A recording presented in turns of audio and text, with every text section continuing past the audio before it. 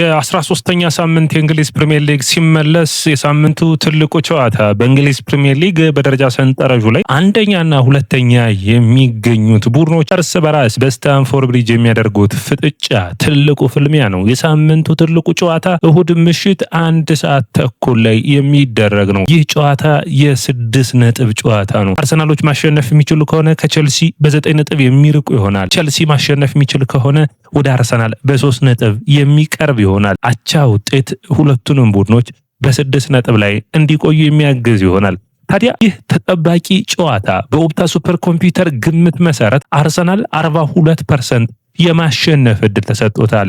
ቸልሲዎች እንግዲህ ካገኟቸው 23 ነጥቦች በሜዳቸው ማግኘት የቻሉት 10 ነጥብ ብቻ ነው። ያ ማለት 44% የሚሆነውን ድል ያገኙት የ44% የሚሆነውን ነጥብ የሰበሰቡት በሜዳቸው በስታንፎርድ ብሪጅ ነው። ሌላኛው አርሰናል ካለፉት 7 ጨዋታዎች ከሜዳው ውጭ ቸልሲን ገጥሞ 6ቱን ማሸነፍ ችሏል። ይህ ማለት እንግዲህ አርሰናል የተለየ ብቃት ላይ እንደሚገኙ የሚታይ ነው። ይህ ማለት አርሰናል ከ2013 ከ2018 ባደረጋቸው ጨዋታዎች ቸልሲን ማሸነፍ የቻለው አንዴ ብቻ ነበር። ካለፉት ዓመታቶች ደግሞ ካለፉት 7 ጨዋታዎች በቸልሲ ሽንፈትን አላስተናገደም። ታዲያ ይህ ስብስብ የማይክል አርቴታ ስብስብ ወደ ስታንፎርድ ብሪጅ ሄዶ ነጥብን መሰብሰብ ይችላል ወይስ የኤንዞ ማሬስካ ልጆች በሜዳቸው አርሰናል ላይ ወሳኝ የሆነውን ብልጫ በመውሰድ የእንግሊዝ ፕሪሚየር ሊግ ፉክክር እንደሚቀጥል ያሳዩን ይሆን? የሚጠበቅ ነው የሚሆነው። ወደ ደማቻችን ይህ የያስፖርት ነው። የያስፖርትን ላይክ፣ ሼር፣ ኮሜንት፣ ሰብስክራይብ ማድረጋችሁን አትርሱ። የእናንተን አስተያየቶች የምጠብቅ ነው የሚሆነው። መጀመሪያ የምናደርገው ታዲያ በሁለቱም ቡድኖች በኩል የጉዳት መረጃዎችን በማቅረብ ነው። ማይክል አርቴታ ትናንት በጋዜጠኞች ለተጠየቀው ጥያቄ መልሶችን ሰጥቷል። ሊያንድሮ ትሮሳርድ ጉዳቱ በጣም አሳሳቢ እንዳልሆነና ዛሬ ስልጠናዎችን የሚሰራ ከሆነ ለነገው ጨዋታ ብቁ እንደሚሆን ተናግሯል። ሌላኛው ተጫዋች የሆነው ኮል ፓልመር ወደ ጨዋታ ተመልሰዋል። ነገር ግን በሙሉ ፊትነሱ ላይ ተገኝቶ 100% ብቃቱ ላይ ነው ብለው እንደማይጠበቅ ኤንዞ ማሬስካ ትንሽ የቸልሲ ደጋፊዎች እንዲታገሱ አስተያየታቸውን ሰጥተዋል። ቋሚ ነው መጀመር ግን የሚችልበት እድል ይኖራል ብለው አስተያየታቸውን ሰጥተዋል። በአጠቃላይ ደርማቻችን ሁለቱም ቡድኖች ከአውሮፓ ምርጥ ብቃት ላይ የሚገኙ ሁለቱ ቡድኖች ነው እርስ በራስ የሚገናኙ። ታዲያ የእሁዱ ጨዋታ ከፍተኛ የሆነ ፉክክርን ያስተናግዳል ተብሎ የሚጠበቅ ነው የሚሆነው። ያለፉትን 6 ጨዋታዎች ወደ ስታንፎርድ ብሪጅ አቅንቶ አርሰናል 3ቱን አሸንፈው 3 አቻ ወጥቷል። ቸልሲዎች በራስ መተማመናቸው የባርሴሎናን 3-0 ድል ተከትሎ ወደ ደስታና እንዲሁም ደግሞ እነዚህን የደስታ ሁኔታዎች ለውጦችን ማምጣት ይፈልጋሉ። የኤንዞ ማሬስካ ልጆች ባለፉት 3 ወርና 4 ወራት ለውጦችን አሳይተዋል። ፓሪስ ሰን ጀርመንን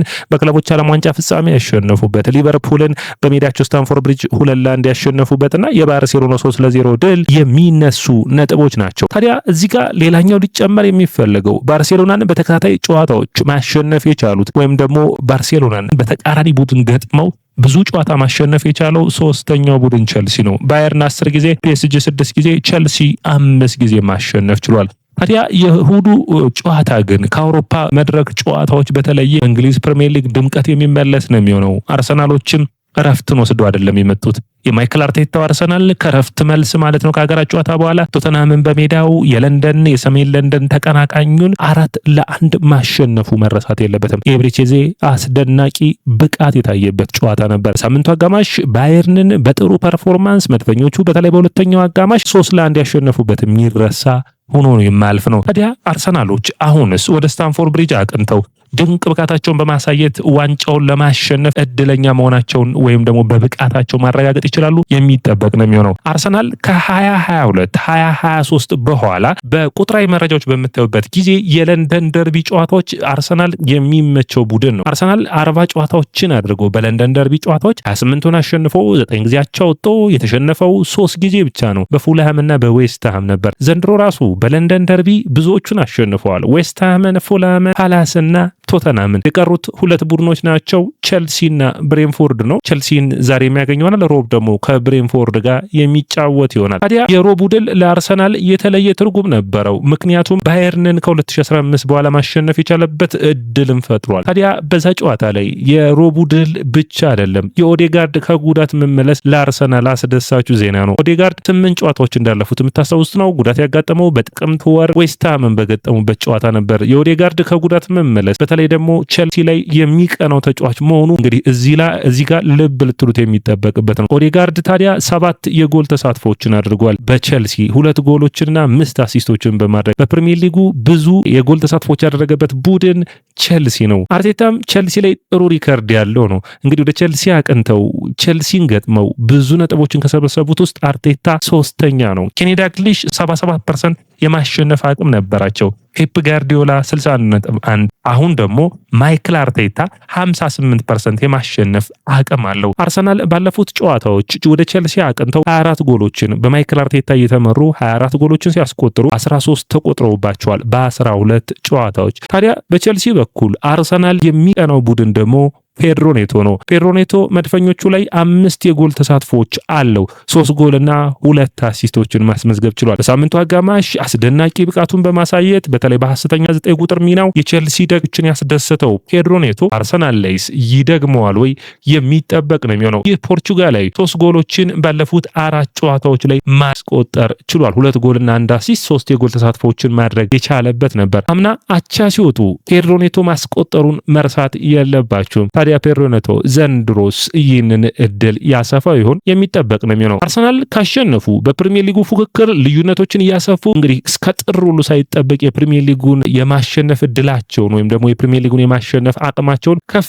ያደርጋሉ ተብሎ ይጠበቃል። ቸልሲ በተቃራኒው የፕሪሚየር ሊጉን ተፎካካሪነቱን ለማስቀጠል ወደ ዋንጫ ፉክክር ለመምጣት ይህንን ጨዋታ የሚያሸንፍ ከሆነ ቸልሲ የፕሪሚየር ሊጉን ዋንጫ ተፎካካሪ ቡድን ይሆናል ተብሎ የሚጠበቅ ነው የሚሆነው። ታዲያ ቸልሲ በዘንድሮ የውድድር ዓመት በሜዳው መሰብሰብ የቻላቸው 44% የሚሆኑትን ነጥቦች መሆኑ ትንሽ አስቸጋሪ ያደርግባቸዋል። በቸልሲዎች ዘንድ ግን ትልቁ ዜና የኮል ፓልመር ከጉዳት መመለስ ነው። ቸልሲ የኮል ፓልመር ቡድን የሚመስል የነበረ ቢሆንም አምና፣ አሁን ግን ያለ ኮል ፓልመር ምርጥ ቡድንን አሳይቷል። ምንም እንኳን ያለ ኮል ፓልመር ጥሩ ቡድን ቢሆንም እንደ ኮል ፓልመር ያለ በእንግሊዝ ፕሪሚየር ሊግ የተረጋገጠለት ምርጥ ብቃት ያለው ተጫዋች ከጉዳት ሲመለስ ደግሞ በዚህ ሳምንት ወሳኝ ለሆኑት ጨዋታዎች ለቸልሲ የሚያስፈልጉት ነው የሚሆኑት። አርሰናል በበኩሉ ትሮሳርድ እንግዲህ ጉዳት ካጋጠመው አሁን ማይክል አርቴታ እንዳለው ዛሬ ምርመናን አድርጎ የሚመለስ ነው የሚሆነው። ታዲያ ሊያንድሮ ትሮሳርድ በፕሪሚየር ሊጉ ካሉ ቡድኖች ሁለተኛ የሚቀለው ቡድን ቸልሲ ነው። ሊቨርፑል ላይ 6 ጎሎችን፣ ቸልሲ ላይ 4 ጎሎችን አስቆጥሯል። ታዲያ ይህ ተጫዋች ባለፉት አመታቶች እንግዲህ ጎሎችን በፕሪሚየር ሊጉ ያስቆጠረ ነበር። ታዲያ ቸልሲ ላይ ጎል የሚያስቆጥር ከሆነ 50ኛ የእንግሊዝ ፕሪሚየር ሊግ ጎሉ ነው የሚያዘገባል። ከቤልጅየም ተጫዋቾች ሉካኩ 121 ጎሎችን፣ ቤንቴኬ 86 ጎሎችን፣ ኤዲን ሃዛርድ 83 ጎሎችን፣ ኬቨን ዲብሮይና 72 ጎሎች ላይ እንዳሉ ይታወቃል። በአርሰናል በኩል ይህ ተጫዋች ብቻ አይደለም። ሌላኛው ተጫዋች ደግሞ የወቅቱ ማነጋገሪያ ማዱዌኬ ነው።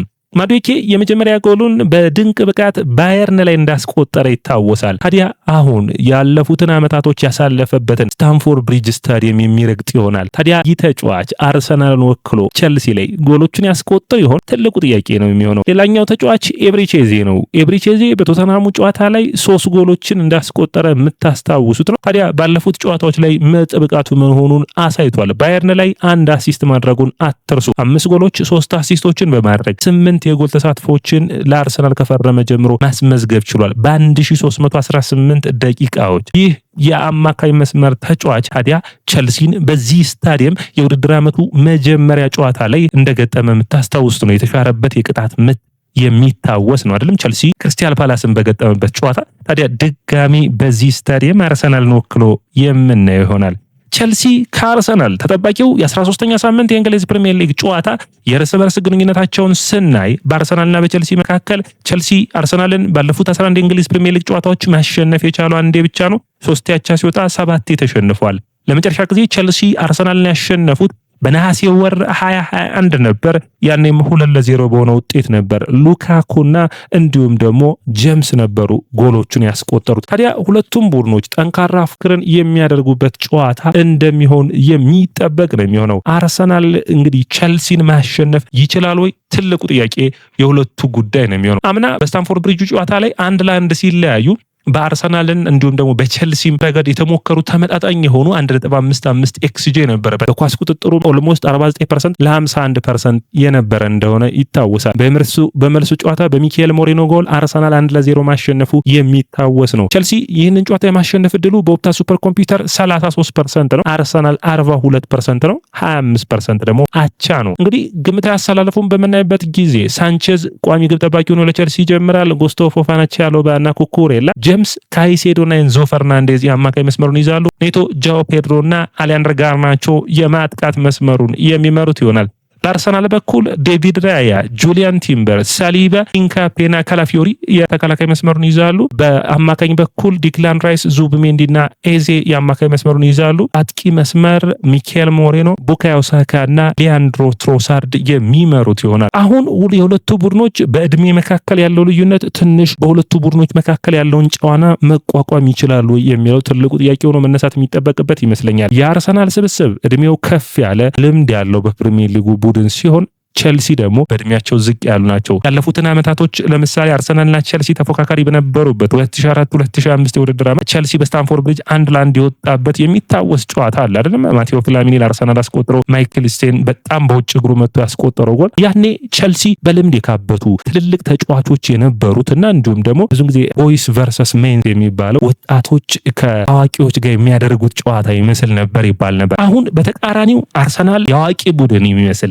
የተሻለ በእድሜ ልምድ ያላቸው ያካበቱ ሲሆኑ በቸልሲ በኩል ደግሞ ታዳጊዎቹን የምናየው። ስለዚህ የፉክክር ትልቅ ትርጉምን ይሰጣል። ሌላኛው መነሳት የሚጠበቅበት ነጥብ ቸልሲ ባለፉት ዓመታቶች እንዳነሳ ነው ከ2017 በኋላ 2016-17 በአንቶኒዮ ኮንቴ ስር የዋንጫውን የእንግሊዝ ፕሪሚየር ሊጉን ካነሳ በኋላ የዋንጫ ፍክርን አድርጎ አያውቅም። በኔ እይታ አንድ የፕሪሚየር ሊግ ቡድን ለዋንጫ ፍክር አድርጓል ከተባለ አትሊስት 80 ነጥብን መሰብሰብ ይጠበቅበታል። ቸልሲ በፍራንክ ላምፓርድ በቶማስ ቱሄል እየተመራ እስከ ጥር ወይም ደግሞ ያምነው ኤንዞ ማሬስካንም ጨምሮ እስከ ጥር ድረስ የእንግሊዝ ፕሪሚየር ሊግን ዋንጫ የሚፎካከር ቡድን ይመስልና ሚያዝያ ላይ ግን እዚህ ቦታ ላይ አይገኝምና ዘንድሮም በዚህ ጨዋታ ብቻ ዲፋይን የሚደረግ ሳይሆን ሰኔ ላይ ቸልሲ ለዋንጫ ተፎካክሮ የውድድር ዓመቱን ያጠናቀቃል ወይ የሚለው ሌላኛው ጥያቄ ነው። ወደ አድማቻችን ያያ ስፖርት ነው። ያያ ስፖርትን ላይክ፣ ሼር፣ ኮሜንት፣ ሰብስክራይብ ማድረጋችሁን አትርሱ።